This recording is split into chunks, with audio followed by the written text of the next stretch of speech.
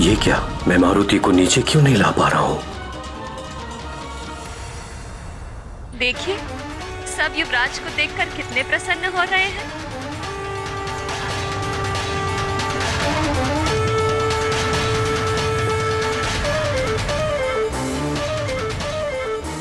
मंत्री जी, युवराज नीचे क्यों नहीं आ रहे हैं?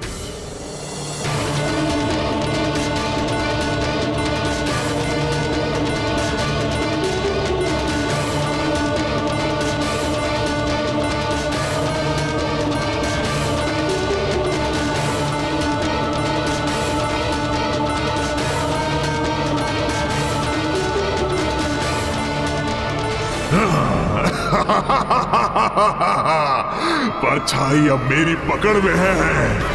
अब तेरे छूटने के सारे प्रयास विफल हो जाएंगे।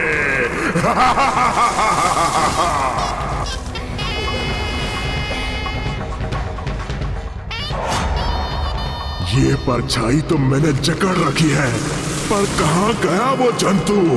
मेरी दृष्टि से दूर कहां छिपा है?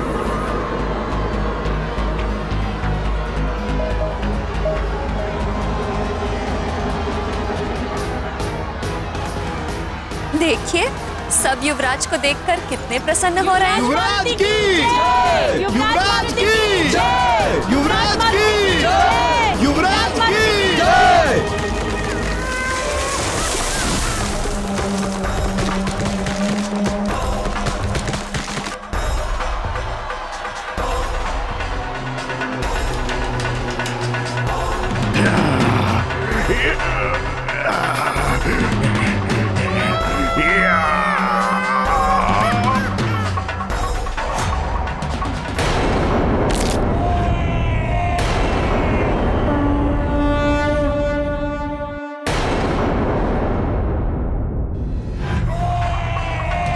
मुझसे चल, तुझे मैं अपना ग्रास अवश्य बनाऊंगा।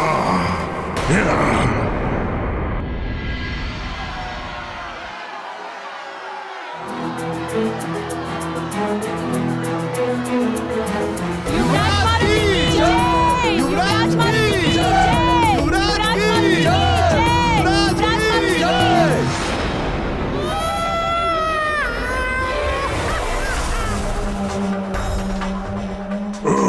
केसरी, मेरे पिता का हत्यारा, बहुत दिनों बाद आज अवसर मिला है। गिन गिन कर ऋण उतारूंगा मैं अपने पिता की हत्या का।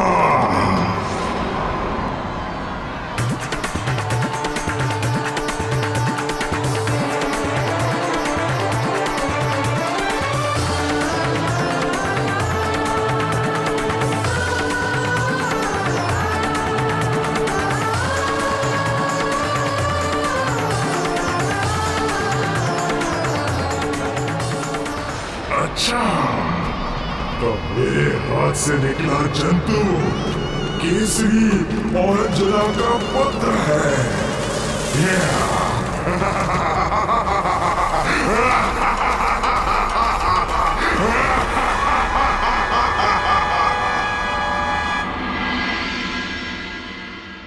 नियति अटल है।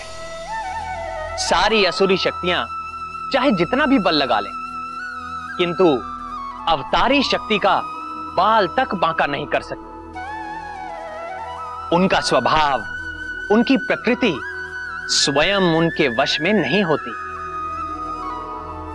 वो अपनी शक्ति का दिशाहीन प्रदर्शन करते रहते हैं, फिर चाहे हार हो या जीत। प्रभु, इस पर केसरी ने क्या सोचा? वह असुरी शक्तियों के दुष्ट स्वभाव से अवश्य ही चिंतित हो रहे होंगे। हाँ, अवश्य चिंतित तो हो ही रहे थे और आशंकित भी। बात उनके पुत्र के साथ साथ प्रजा की सुरक्षा की भी थी, इसलिए कोई चूक ना हो जाए, इसका उचित ध्यान रखा जा रहा था।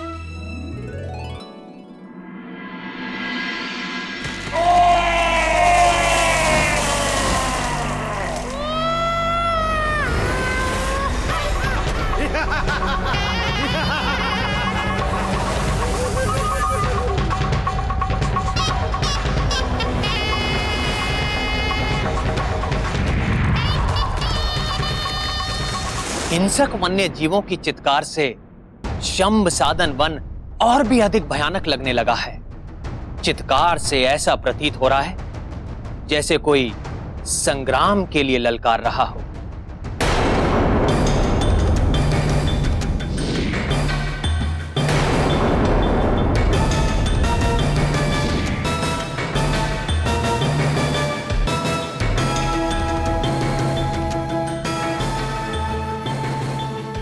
महाराज, आपने बुलाया मुझे?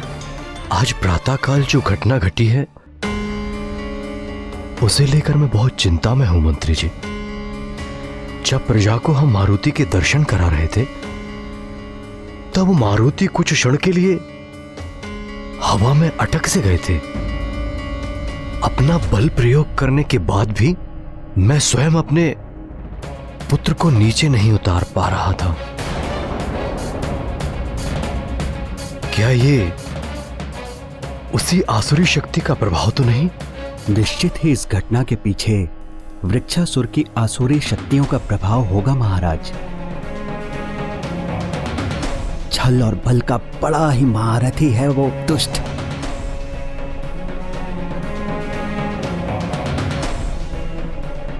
दुष्ट तो वो है, परंतु ये कैसे संभव हो सकता है? मारुति तो वृक्षासुर की पहुंच से बहुत दूर सुरक्षित मेरे पास थे। आसुरी शक्तियों का छल और चालाकी का क्या भरोसा महाराज।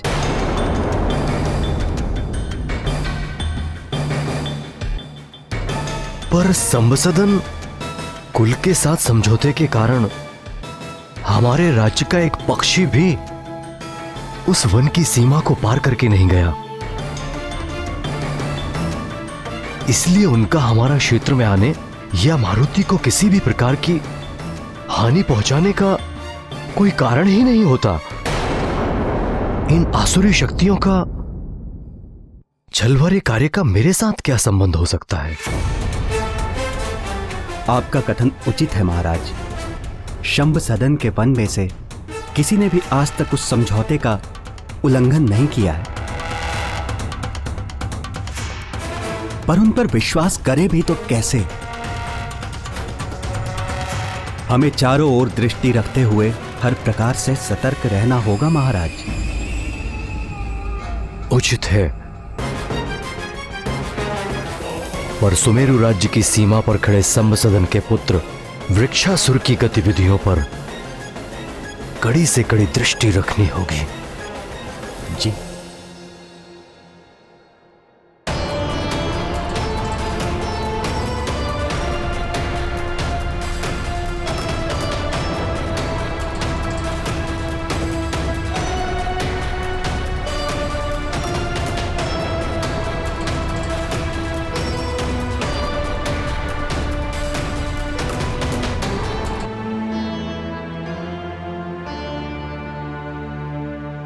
सुमेरु राज की सीमाओं पर वृक्षासुर की गतिविधियां? किंतु महाराज, हमारी कुलदेवी का मंदिर तो सुमेरु और शंभसदन वन की सीमा पर ही स्थित है ना? परंपरा अनुसार कल ही हमें अपनी कुलदेवी के दर्शन को जाना आवश्यक है। किसी तरह से ये कार्य पूरा हो जाए, बस भोलेनाथ से यही कामना है। चिंता का कोई विषय नहीं है। वृक्षासुर ने आज तक सुमेरु राज्य की सीमा में किसी भी प्रकार की सीमा लांघने का प्रयास नहीं किया है। और वैसे भी मैंने मंत्री जी को कड़ी से कड़ी सुरक्षा करने का आदेश दे दिया है और मंत्री जी की व्यवस्था पर मुझे पूरा विश्वास है।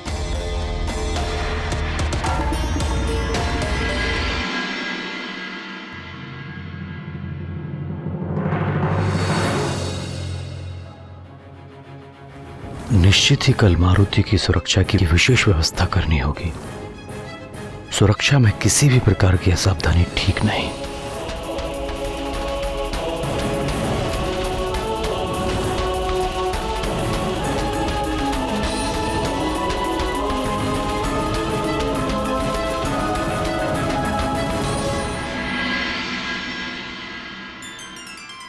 पुत्र पुरोहित जी पधारे हैं। कुलदेवी ललिता अम्बा के मंदिर जाने से पूर्व हमें यही भवन में कुछ विशेष विधि विधान से पूजा करनी है। माँ, विशेष पूजा? मुझे भी ये विधान और पूजा करनी है। हाँ पुत्र।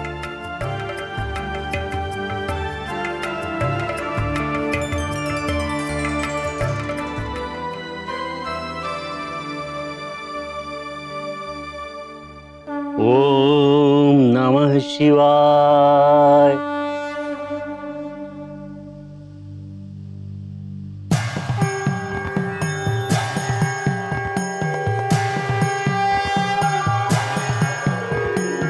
ओम सद्यो जातं प्रपद्यामि सद्यो जाताय वै नमो नमः।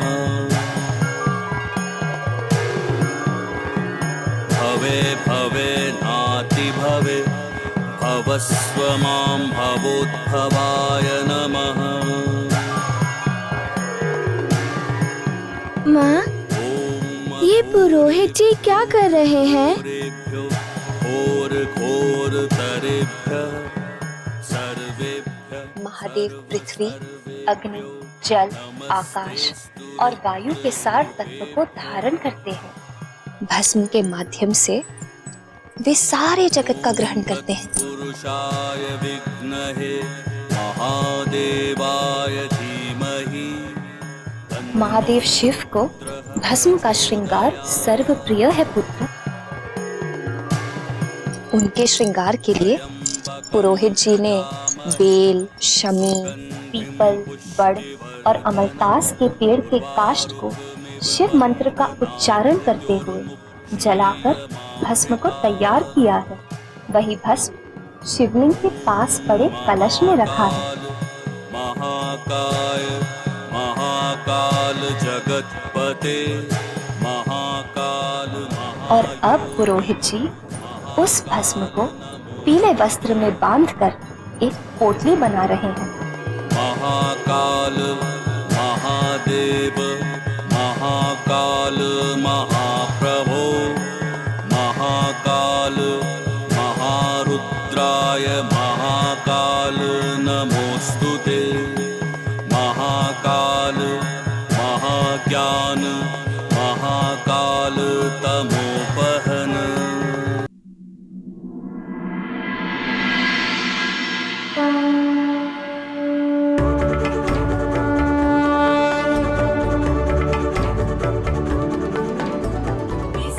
अब आपके पिताश्री शिव मंत्र पढ़ते हुए इस पोटली से भस्म का छिड़काव शिवलिंग पर करें।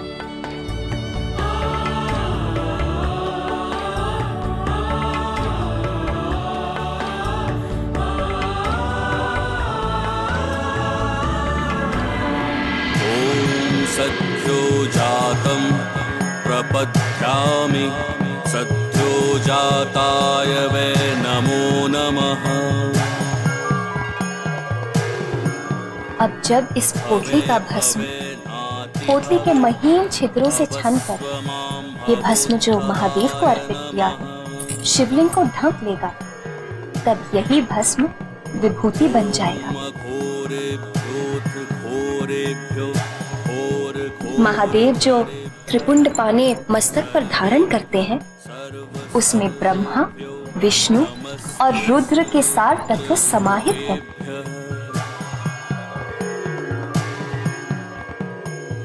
इस विभूति को अपने मस्तक पर धारण करने से शरीर, मन और विचारों की शुद्धि हो जाती है और इसे धारण करने वाला समाज में सदा सम्मानित और आदरणीय होता है। त्र्यंबकं यजामहे सुगंधिं पुष्टिवर्धनम् उर्वारुकमिव बन्धनान् मृत्युर्मुक्षीयमामृतात्। महाकाल महाकाय महाकाल जगतपते महाकाल महायोगिन महाकाल नमोस्तुते।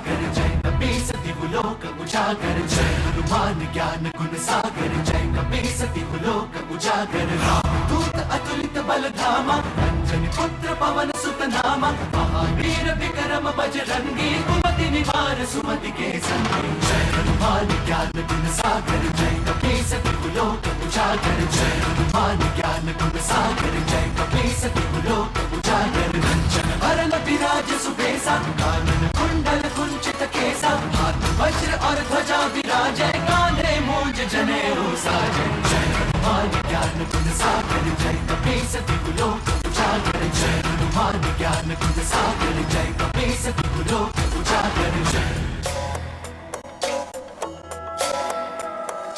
शंकर सुवन केसरी नंदन तेज प्रताप महाजगवंदन शंकर सुवन केसरी नंदन तेज प्रताप महाजगवंदन विद्यावान गुणी अति चातुर राम काज करिबे को आतुर विद्यावान गुणी अति चातुर राम काज करिबे को आतुर प्रभु चरित सुनबे को रसिया प्रभु चरित सुनबे को रसिया राम लखन सीता मन बसिया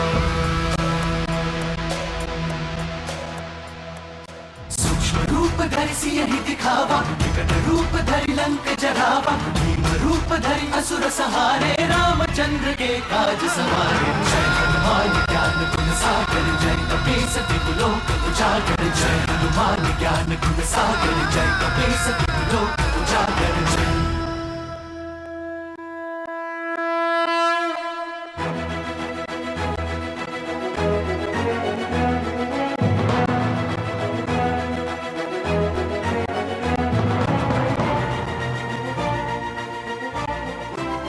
पुत्र मारुति, ये क्या किया? हो गई शुद्धि।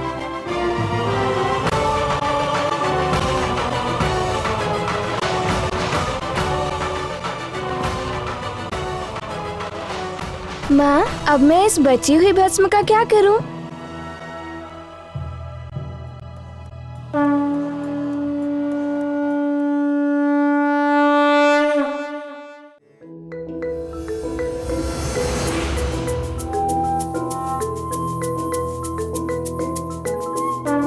युवराज, ये मुझे दे दीजिए।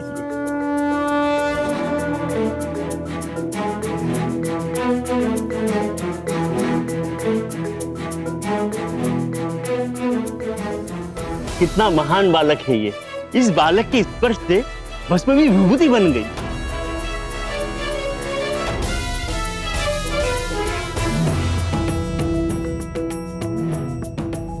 देख रहे हैं आप आपके पुत्र की नवीन लीला।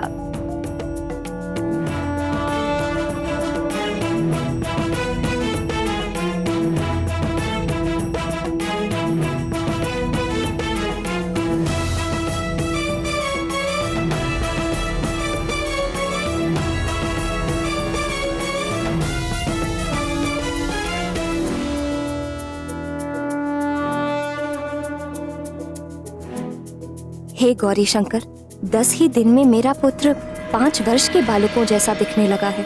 यदि वह इसी शीघ्रता से बढ़ता रहा तो जल्द ही मैं उसकी बाल लीलाओं के आनंद से वंचित हो जाऊंगी।